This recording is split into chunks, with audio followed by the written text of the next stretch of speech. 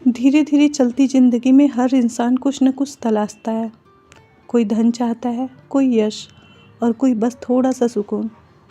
पर क्या कभी आपने सोचा है कि जिनके पास सब कुछ होता है, नाम, पैसा, शोहरत, वो भी कभी कभी भीतर से खाली क्यों महसूस करते हैं? हमारी आज की कहानी भी कुछ इसी प्रकार है। कहानी का नाम जीवन का शाप, लेखक मुंशी प्रेमचंद। तो आइए सुनते हैं इस कहानी को। काव्य जी ने पत्र निकाला और यश कमाने लगे। शाहपुर जी ने रुई की दलाली शुरू की और धन कमाने लगे। कमाई दोनों ही कर रहे थे, पर शाहपुर जी प्रसन्न थे, काव्य जी विरक्त। शाहपुर जी को धन के साथ सम्मान, यश आप ही मिलता था। काव्य जी को यश के साथ धन दूरबीन से देखने पर भी न दिखाई देता। इसलिए शाहपुर जी के जीवन में शांति थी, सहृदयता थी और आशीर्वाद था, क्रीड़ा थी। काव्य जी के जीवन में अशांति थी, कटुता थी, निराशा थी, उदासीनता थी। धन को तुच्छ समझने की बहुत चेष्टा करते थे, लेकिन प्रत्यक्ष को कैसे झुठला सकते। शाहपुर जी के घर में विराजने वाले सौजन्य और शांति के सामने अपने घर के कलेश और फूहड़पन से घृणा होने लगी थी। मृदुभाषिणी मिसेस शाहपुर के सामने उन्हें अपनी गुलशन बानो सक्रीणता और ईर्ष्या की अवतार सी लगती थी। शाहपुर जी घर में आते तो शीरी बाई मृदुहास से उनका स्वागत करती। वह खुद दिन भर थके मांदे घर आते तो गुलशन अपना दुखड़ा सुनाने बैठ जाती और उनको खूब फटकारे बताती। तुम भी अपने को आदमी कहते हो? मैं तो तुम्हें बैल समझती हूँ। बैल बड़ा मेहनती है, गरीब है, संतोषी है, ये सब माना, लेकिन उसे विवाह करने का क्या हक था? कावस जी से 1 लाख बार यह प्रश्न किया जा चुका था कि जब तुम्हें समाचार पत्र निकालकर अपना जीवन बर्बाद करना था तो तुमने विवाह क्यों किया? क्यों मेरी ज़िंदगी तबाह कर दी? जब तुम्हारे घर में रोटियां न थी तो मुझे क्यों लाए? इस प्रश्न का जवाब देने की काव्य जी में शक्ति न थी। उन्हें कुछ सूझता ही न था। वह सचमुच अपनी गलती पर पछताते थे। एक बार बहुत तंग आकर उन्होंने कहा, अच्छा भाई, अब तो जो होना था हो चुका, लेकिन मैं तुम्हें बांध के तो नहीं रखा हूँ। जो पुरुष तुम्हें ज़्यादा सुखी रख सके उसके साथ जाकर रहो। मैं अब क्या कहूँ? आमदनी नहीं बढ़ती तो मैं क्या करूँ? क्या चाहती हो, जान दे दूँ? इस पर गुलशन ने उनके दोनों कान पकड़कर जोर से ऐंठे और गालों पर 2 तमाचे लगाए और पैनी आंखों से काटती हुई बोली, अच्छा, अब चोच संभालो, नहीं तो अच्छा ना होगा। ऐसी बातें मुंह से निकालते तुम्हें लाज नहीं आती? हयादार होते तो चुल्लू भर पानी में डूब मरते। उस दूसरे पुरुष के महल में आग लगा दूंगी, उसका मुंह झुलसा दूंगी। तब से बेचारे कावस जी के पास इस प्रश्न का कोई जवाब न रहा। कहाँ तो असंतोष और विद्रोह की ज्वाला और कहाँ वह मधुरता और भद्रता की देवी शीरी, जो काव्य जी को देखते ही फूल की तरह खिल उठती, मीठी मीठी बातें करती, चाय, मुरब्बे और फूलों से सत्कार करती और अक्सर उन्हें अपने कार में पहुंचा देती। काव्य जी ने कभी इसे मन में स्वीकार करने का साहस नहीं किया, मगर उनके हृदय में लालसा छिपी हुई थी कि गुलशन की जगह सीरी होती तो उनका जीवन कितना गुलजार होता। कभी कभी गुलशन की कटुक्तियों से वो इतने दुखी हो जाते कि यमराज का आह्वान करते। घर उनके लिए कैद खाने से कम जानलेवा न था और उन्हें जब भी अवसर मिलता सीधे सीरी के घर जाकर अपना दिल का जलन बुझाते। एक दिन काव्य जी सवेरे गुलशन से झल्लाकर शाहपुर जी के टेरेस पे पहुँचे तो देखा शीरी बानू की आंखें लाल हैं और चेहरा भरभराया हुआ, जैसे रोकर उठी हो। काव्य जी ने चिंतित होकर पूछा, आपका जी कैसा है? बुखार तो नहीं हो गया? शीरी ने दर्द भरी आंखों से देखकर रोनी आवाज़ में कहा, नहीं, बुखार तो नहीं है, कम से कम देह का बुखार तो नहीं है। काव्य जी इस पहेली को कुछ न समझ सके। शीरी ने एक क्षण मौन रहकर फिर कहा, आपको मैं अपना मित्र समझती हूँ मिस्टर काव्य जी। आपसे क्या छिपाऊँ, मैं इस जीवन से तंग आ गई हूँ। मैंने अब तक हृदय की आग हृदय में रखी है, लेकिन ऐसा मालूम होता है कि अब उसे बाहर न निकालूं तो मेरी हड्डियां तक जल जाएंगी। इस वक्त 8 बजे हैं, लेकिन मेरे रंगीले पिया का कहीं पता नहीं है। रात का खाना खाकर वह एक मित्र से मिलने का बहाना करके घर से निकले थे और अभी तक लौट कर नहीं आए। यह आज कोई नई बात नहीं है, इधर कई महीने से इनकी ये रोज़ की आदत है। मैंने आज तक आपको अपना दर्द नहीं कहा, मगर उस समय भी जब मैं हंस हंस कर आपसे बातें करती थी, मेरी आत्मा रोती रहती थी। काव सजी ने निष्कपट भाव से कहा, तुमने पूछा नहीं कहाँ जा रहे हैं? पूछने से क्या, लोग अपने दिल की बातें बता दिया करते हैं। तुमसे तो उन्हें कोई भेद नहीं रखना चाहिए। घर में जी न लगे तो आदमी क्या करे। मुझे यह सुनकर बड़ा आश्चर्य हो रहा है। तुम जैसी देवी जिस घर में हो, वह घर स्वर्ग है। शाहपुर जी को तो अपना भाग्य सहारना चाहिए। आपका यह भाव अभी तक है, जब तक आपके पास धन नहीं है। आज तुम्हें कहीं से 2-4 लाख रुपए मिल जाएं, तो तुम यूँ न रहोगे, तुम्हारे ये भाव बदल जाएंगे। यही धन का सबसे बड़ा अभिशाप है। ऊपरी सुख शांति के नीचे कितनी आग है, यह तो उसी वक्त खुलता है जब ज्वालामुखी फट पड़ता है। वह समझते हैं धन से घर भरकर उन्होंने मेरे लिए सब कुछ कर दिया जो उनका कर्तव्य था, और अब मुझे असंतुष्ट होने का कोई कारण ही नहीं है। यह नहीं जानते कि ऐश के समान उन तहखानों में गड़े हुए पदार्थों की तरह हैं जो मृत आत्मा के भोग के लिए रख दिए जाते हैं। काव सजी आज एक नई बात सुन रहे थे। उन्हें अब तक जीवन का जो अनुभव हुआ था वह यह था कि स्त्री अंतःकरण से विलासिनी होती है। उस पर लाख प्राण वार दो, उसके लिए मर क्यों न मिटो, लेकिन सब व्यर्थ है। यह केवल खरहरा नहीं चाहती, उससे ज़्यादा कहीं दाना और घास चाहती है। लेकिन यह एक देवी है जो विलास की चीज़ों को तुच्छ समझती है और केवल मीठे स्नेह और सहवास से प्रसन्न रहना चाहती है। उसके मन में गुदगुदी सी उठी।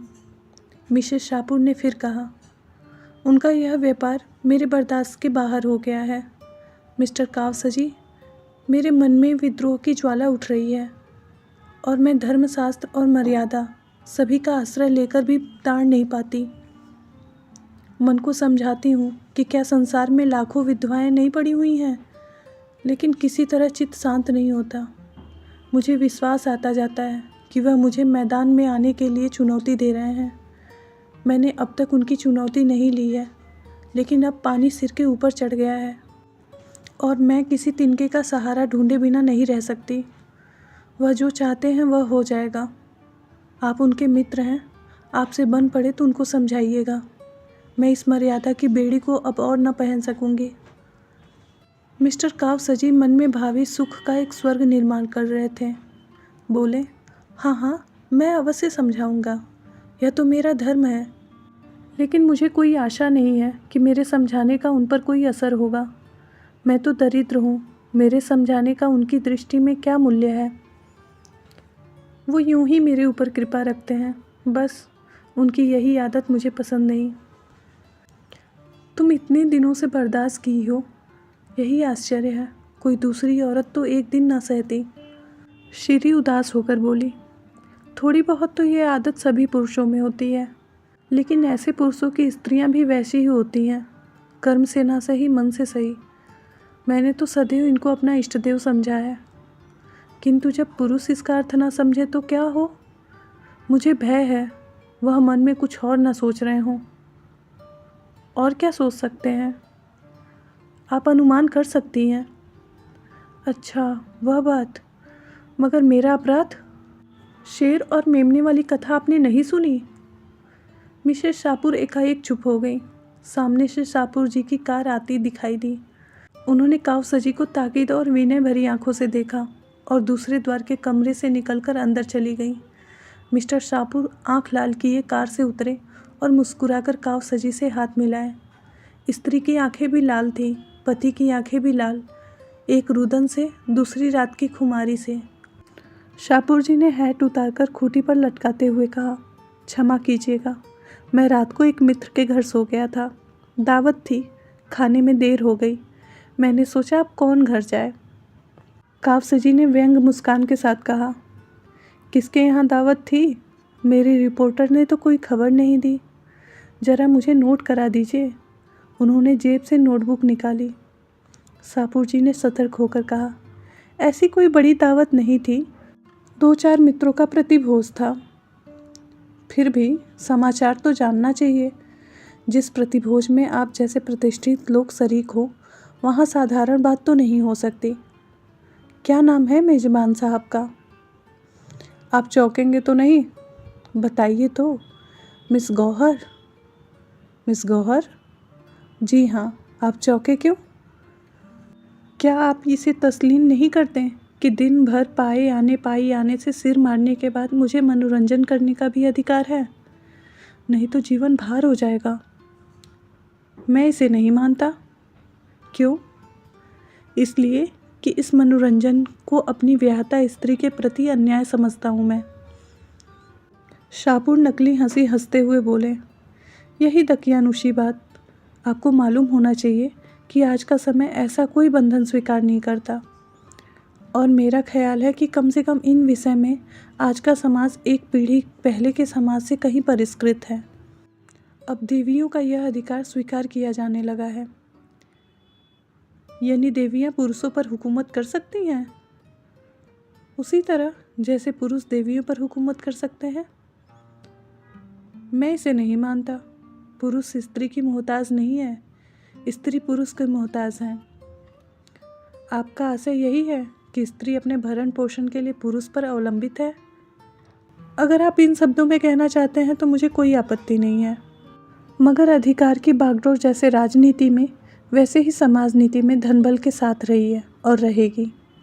अगर दैव योग से धनोपार्जन का काम स्त्री कर रही हो और पुरुष कोई काम न करे, घर में बैठा रहे, तो स्त्री को अधिकार है वह अपना मनोरंजन चाहे जिस तरह करे। मैं स्त्रियों को अधिकार नहीं दे सकता। यह आपका अन्याय है। बिल्कुल नहीं। स्त्री पर प्रकृति ने ऐसे बंधन लगा दिए हैं कि वह जितना भी चाहे पुरुष की भांति स्वच्छंद नहीं रह सकती, और ना ही पशुबल में पुरुष का मुकाबला कर सकती है। हाँ, गृहिणी का पद त्याग कर अप्राकृतिक जीवन का आश्रय लेकर वह सब कुछ कर सकती है। आप लोग उसे मजबूर कर रहे हैं कि अप्राकृतिक जीवन का आश्रय ले। मैं ऐसे समय की कल्पना नहीं कर सकता जब पुरुषों का आधिपत्य शिकार करने वाली औरतों का काल पड़ जाए। कानून और सभ्यता मैं नहीं जानता। पुरुषों ने स्त्रियों पर हमेशा राज किया है और करेंगे। सहसा काव सजी ने पहलू बदला। इतनी थोड़ी देर में वह अच्छे खासे कूटनीति चतुर हो गए थे।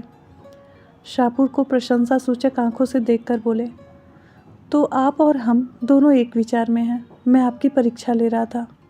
मैं भी स्त्री को गृहिणी, माता, स्वामिनी सब कुछ मानने को तैयार हूँ, पर उसे स्वच्छंद नहीं देख सकता। अगर कोई स्त्री स्वच्छंद होना चाहती है तो उसके लिए मेरे घर में स्थान नहीं है। अभी मिसेस शाहपुर की बातें सुनकर मैं दंग रह गया। मुझे इसकी कल्पना भी न थी कि कोई नारी मन में इतने विद्रोहात्मक भावों को स्थान दे सकती है। मिस्टर शाहपुर के गर्दन की नसें तन गई, नथुने फूल गए। कुर्सी से उठकर बोले, अच्छा, तो अब सीरी ने यह ढंग निकाला है। मैं अभी उससे पूछता हूँ, आपके सामने पूछता हूँ। अभी फैसला कर डालूँगा। मुझे उसकी परवाह नहीं है, अब किसी की परवाह नहीं है। बेवफा औरत, उसके हृदय में जरा भी संवेदना नहीं है। मेरे जीवन में जरा सा आनंद भी नहीं देख सकती। मैं उसके अंचल से बदबद कर घूमूं? शाहपुर से यह आशा रखती है? अभागिनी भूल जाती है कि आज मैं आंखों का इशारा कर दूं तो 100 सीरियाँ मेरी उपासना करने लगेंगे। जी हाँ, मेरे इशारे पर नाचे। मैंने उसके लिए जो कुछ किया बहुत कम पुरुष स्त्री के लिए करते हैं। मैंने उन्हें ख्याल आ गया कि वह ज़रूरत से ज़्यादा बहके जा रहे हैं। सीरी की प्रेम में सेवाएं याद आ गई। रुक कर बोले, लेकिन मेरा ख्याल यह है कि अब भी समझ से काम ले सकती है। मैं उसका दिल नहीं दुखाना चाहता। मैं यह जानता हूँ कि वह ज़्यादा से ज़्यादा जो कर सकती है वह शिकायत है। इसके आगे बढ़ने की हिमाकत वो नहीं कर सकती। औरतों को मना लेना बहुत मुश्किल नहीं है, कम से कम मुझे तो यह तजुर्बा है। कावसजी ने खंडन किया, मेरा तजुर्बा तो कुछ और ही है। हो सकता है, मगर आपके पास खाली बातें हैं, मेरे पास लक्ष्मी का आशीर्वाद है। जब मन में विद्रोह के भाव जम गए हों तो लक्ष्मी के टाले नहीं टलती। शाहपुर ने विचारपूर्ण भाव से कहा, शायद आपका विचार ठीक है। कई दिनों के बाद कावसजी सीरी से एक पार्क में मिल गए। वह इसी अवसर की खोज में थे। उनका स्वर्ग तैयार हो चुका था। केवल उसमें सीरी को प्रतिष्ठित करने की कसर थी। उस शुभ दिन की कल्पना में वह पागल हो रहे थे। गुलशन को उन्होंने मायके भेज दिया था। भेज क्या दिया था, वह रूठ कर चली गई थी। जब सीरी उनकी दरिद्रता का स्वागत कर रही है तो गुलशन की खुशामद क्यों की जाए। लपक कर सीरी से हाथ मिलाकर बोले, आप खूब मिली, मैं आ जाने वाला था। सीरी ने गिला करते हुए कहा, आपकी राह देखते देखते आंखें थक गई। आप भी जवानी हमदर्दी करना जानते हैं। आपको क्या खबर इन दिनों मेरी आंखें कितनी आंसू बहाई हैं। कावसजी ने शीरी बानू की उत्कंठापूर्ण मुद्रा देखी, जो बहुमूल्य रेशमी साड़ी के आभ में और भी दमक रही थी, और उनका हृदय अंदर से बैठता हुआ जान पड़ा। उस छात्र सी दशा हो गई जो आज अंतिम परीक्षा पास कर चुका हो और जीवन का प्रश्न उसके सामने भयंकर रूप में खड़ा हो।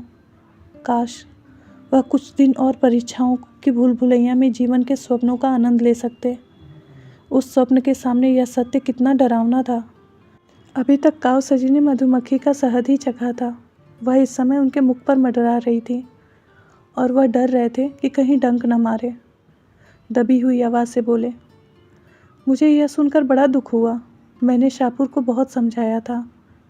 सीरी ने उनका हाथ पकड़कर एक बेंच पर बिठा दिया और बोली, उन पर अब समझाने बुझाने का कोई असर न होगा, और मुझे ही क्या गरज पड़ी है कि मैं उनके पाँव को सहलाती रहूं। आज मैंने निश्चय कर लिया है, अब उस घर में लौट कर न जाऊंगी। अगर उन्हें अदालत में जलील होने का शौक़ है तो मुझ पर दावा करें, मैं तैयार हूँ। मैं जिसके साथ नहीं रहना चाहती उसके साथ रहने के लिए ईश्वर भी मुझे मजबूर नहीं कर सकता। अदालत क्या कर सकती है। अगर तुम मुझे आश्रय दे सकते हो तो मैं तुम्हारी बनकर रहूँगी। तब तक तुम मेरे पास रहोगे। अगर तुम में इतना भी आत्मबल नहीं है तो मेरे लिए दूसरे दरवाजे खुल जाएंगे। अब साफ साफ बतलाओ, क्या वह सारी सहानुभूति जबानी थी। कावसजी ने कलेजा मजबूत करके कहा, नहीं नहीं सीरी, खुदा जानता है मुझे तुमसे कितना प्रेम है। तुम्हारे लिए मेरे हृदय में एक स्थान है। मगर गुलशन का क्या करोगे। उसे तलाक दे दूंगा। हाँ, यही मैं भी चाहती हूँ। तो मैं तुम्हारे साथ चलूँगी, अभी इसी दम। शाहपुर से अब मेरा कोई संबंध नहीं है। कावसजी को अपने दिल में कंपन का अनुभव हुआ। बोले, लेकिन अभी तो कोई तैयारी नहीं हुई है। मेरे लिए तैयारी की कोई ज़रूरत नहीं है। तुम सब कुछ हो। टैक्सी ले लो, मैं इसी वक्त चलूँगे। कावसजी टैक्सी की खोज में पार्क से निकले। वह एकांत में विचार करने का थोड़ा सा समय चाहते थे। इस बहाने से उन्हें समय मिल गया। उन पर अब जवानी का वह नशा न था जो विवेक की आंखों पर छाकर बहुधा हमें गड्ढे में गिरा देता है। अगर कुछ नशा था तो अब तक वो हिरन हो चुका था। वह किस फंदे में गला डाल रहे हैं वह खूब समझते थे। शाहपुर जी उन्हें मिट्टी में मिला देने के लिए पूरा जोर लगाएंगे, यह भी उन्हें मालूम था। गुलशन उन्हें सारी दुनिया में बदनाम कर देगी, यह भी वह जानते थे। ये सब विपत्तियां झेलने को वह तैयार थे। शाहपुर की जबान बंद करने के लिए उनके पास काफ़ी दलीलें थी। गुलशन को भी स्त्री समाज में अपमानित करने के लिए उनके पास काफ़ी मसाला था। डर था तो यह कि सीरी यह प्रेम टिका पाएगी या नहीं। अभी तक सीरी ने केवल उनके सौजन्य का परिचय पाया है, केवल उनकी न्याय, सत्य और उदारता से भरी हुई बातें सुनी हैं।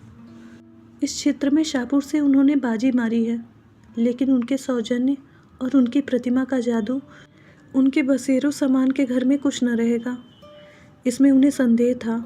हलवे की जगह चुपड़ी रोटियां मिले तो आदमी सब्र कर सकता है, रूखी भी मिले तो वह संतोष कर लेगा, लेकिन सूखी घास सामने देखकर तो ऋषि मुनि भी जामे से बाहर हो जाते हैं। सीरी उनसे प्रेम करती है, लेकिन प्रेम के त्याग की भी तो सीमा है। 2-4 दिन भावुकता के उन्माद में सब सब्र कर लेते हैं, लेकिन भावुकता कोई टिकाऊ चीज़ तो नहीं है। वास्तविकता के आघातों के सामने यह भावुकता कितने दिन टिक सकती है। उस परिस्थिति की कल्पना करके कावसजी काँप उठे। अब तक वह रानीवास में रही है, अब उसे एक खपरेल के कॉटेज मिलेगा जिसकी फर्श पर कालीन की जगह टाट भी नहीं है। कहाँ वर्दी पोस्ट नौकरों की पलटन, कहाँ एक बुढ़िया मामा की संदिग्ध सेवाएं जो बात बात पर भुननाती है। धमकाती है और कोसती है। उसका आधा वेतन तो संगीत सिखाने वाले मास्टर जी ही खा जाएंगे। और शाहपुर जी ने कहीं ज़्यादा कमीनापन से काम लिया तो उनको बदमाशों से पिटवा भी सकते हैं। पीटने से वह नहीं डरते, यह तो उनकी फतेह होगी। लेकिन सीरी की भोग लालसा पर कैसे विजय पाए? बुढ़िया मामा जब मुंह लटकाए आकर उनके सामने रोटियां और सालन परोस देगी तो सीरी के मुख पर कैसी विदग्ध विरक्ति आ जाएगी। कहीं वह खड़ी होकर उनको अपनी किस्मत पर कोसने न लगे। नहीं, अभाव की पूर्ति सौजन्य से नहीं हो सकती। सीरी का वह रूप कितना विकराल होगा। सहसा एक कार सामने आते दिखाई दी। काव सजी ने देखा शाहपुर बैठे हुए हैं। उन्होंने हाथ उठाकर कार रुकवा लिया और पीछे दौड़ते हुए जाकर शाहपुर जी से बोले, आप कहाँ जा रहे हैं? यूं ही जरा घूमने निकला था। शीरी बानू पार्क में है, उन्हें भी लेते जाइए। वह तो मुझसे लड़कर आई है कि अब इस घर में कदम भी न रखूंगी। और आप सैर करने जा रहे हैं? तो आप क्या चाहते हैं, बैठ कर रोऊं? वह बहुत रो रही है। सच? हाँ, बहुत रो रही है। तो शायद उसकी बुद्धि जाग रही है। तुम इस समय उसे मना लो तो वह हर्ष से तुम्हारे साथ चली जाए। मैं परीक्षा करना चाहता हूँ कि वह बिना मनाए मानती है या नहीं। मैं बड़े असमंजस में पड़ा हुआ हूँ। मुझ पर दया करो, तुम्हारे पैरों पड़ता हूँ। जीवन में थोड़ा सा आनंद है, उसे मनावन के नाटक में नहीं छोड़ना चाहता। कार चल पड़ी और काव साजी कर्तव्य भ्रष्ट से वहीं खड़े रहे। देर हो रही थी। सोचा कहीं सीरी यह न समझ ले कि मैंने उसके साथ दगा की है। लेकिन जाऊं भी तो क्यों कर? अपने संपादकीय कुटीर में उस देवी को प्रतिष्ठित करने की कल्पना भी उन्हें हास्यास्पद लगी। वहाँ के लिए तो गुलशन ही उपयुक्त है। कूटती है, कठोर बातें करती है, रोती है, लेकिन वक्त से भोजन तो देती है। फटे हुए कपड़े को रफ्फू तो कर देती है। कोई मेहमान आ जाता है तो कितने प्रसन्न मुख से उसका आदर सत्कार करती है, मानो उसके मन में आनंद ही आनंद है। कोई छोटी सी चीज़ भी लाके दे दो तो कितना फूल जाती है। थोड़ी सी तारीफ करके तो चाहे उससे गुलामी करवा लो। अब उन्हें अपनी जरा जरा सी बात पर झुंझला पड़ना, उसकी सीधी बातों का टेढ़ा जवाब देना विकल करने लगा। उस दिन उसने यही तो कहा था कि उसकी छोटी बहन की सालगिरह पर कोई उपहार भेज देना चाहिए। इसमें बरस पड़ने की कौन सी बात थी?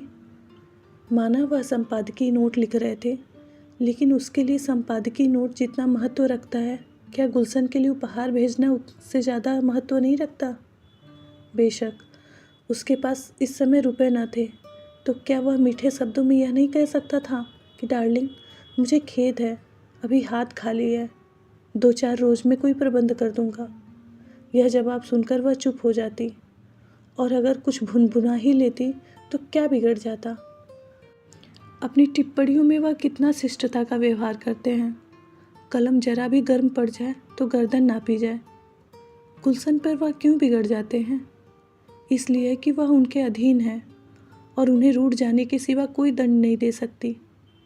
कितनी नीच कायरता है कि हम सबलों के सामने दुम हिलाएं और जो हमारे लिए अपने जीवन का बलिदान कर रही हो उसे काटने दौड़ें।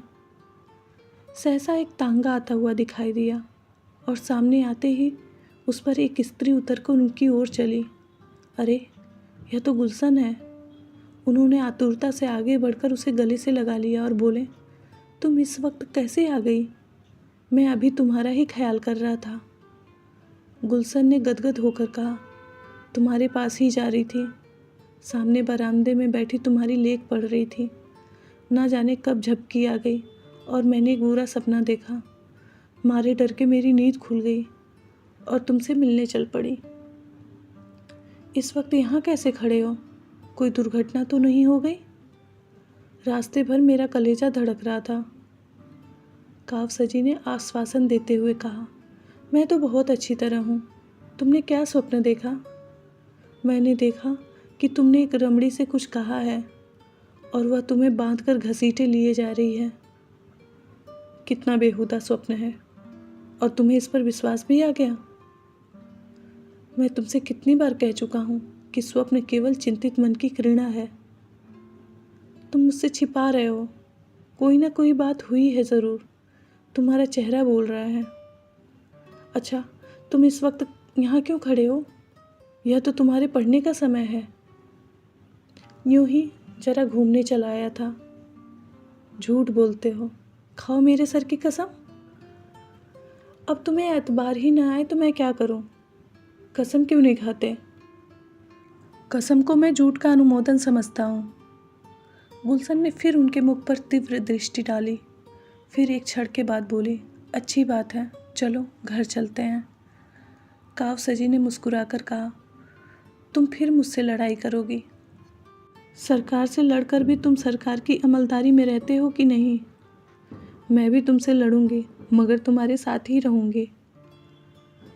हम इसे कब मानते हैं कि सरकार की अमलदारी है? यह तो मुंह से कहते हो, तुम्हारा रोआ रोआ इसे स्वीकार करता है, नहीं तो तुम इस वक्त जेल में होते। अच्छा चलो, मैं थोड़ी देर में आता हूँ। मैं अकेली नहीं जाऊँगी। आखिर सुनो, तुम यहाँ कर क्या रहे हो? काव सजी ने बहुत कोशिश की कि गुलशन किसी तरह वहाँ से चली जाए, लेकिन वह जितना ही इस पर जोर देते उतना ही गुलशन का आग्रह बढ़ता जा रहा था। आखिर मजबूर होकर काव सजी को सीरी और सापुर के झगड़े का वृत्तांत कहना ही पड़ा। यद्यपि इस नाटक में उनका अपना जो भाग था उसे उन्होंने बड़ी होशियारी से छिपा देने की चेष्टा की। गुलशन ने विचार करके कहा, तो तुम्हें भी यह सनक सवार हुई? काव सजी ने तुरंत प्रतिवाद किया, कैसी सनक? मैंने क्या किया है?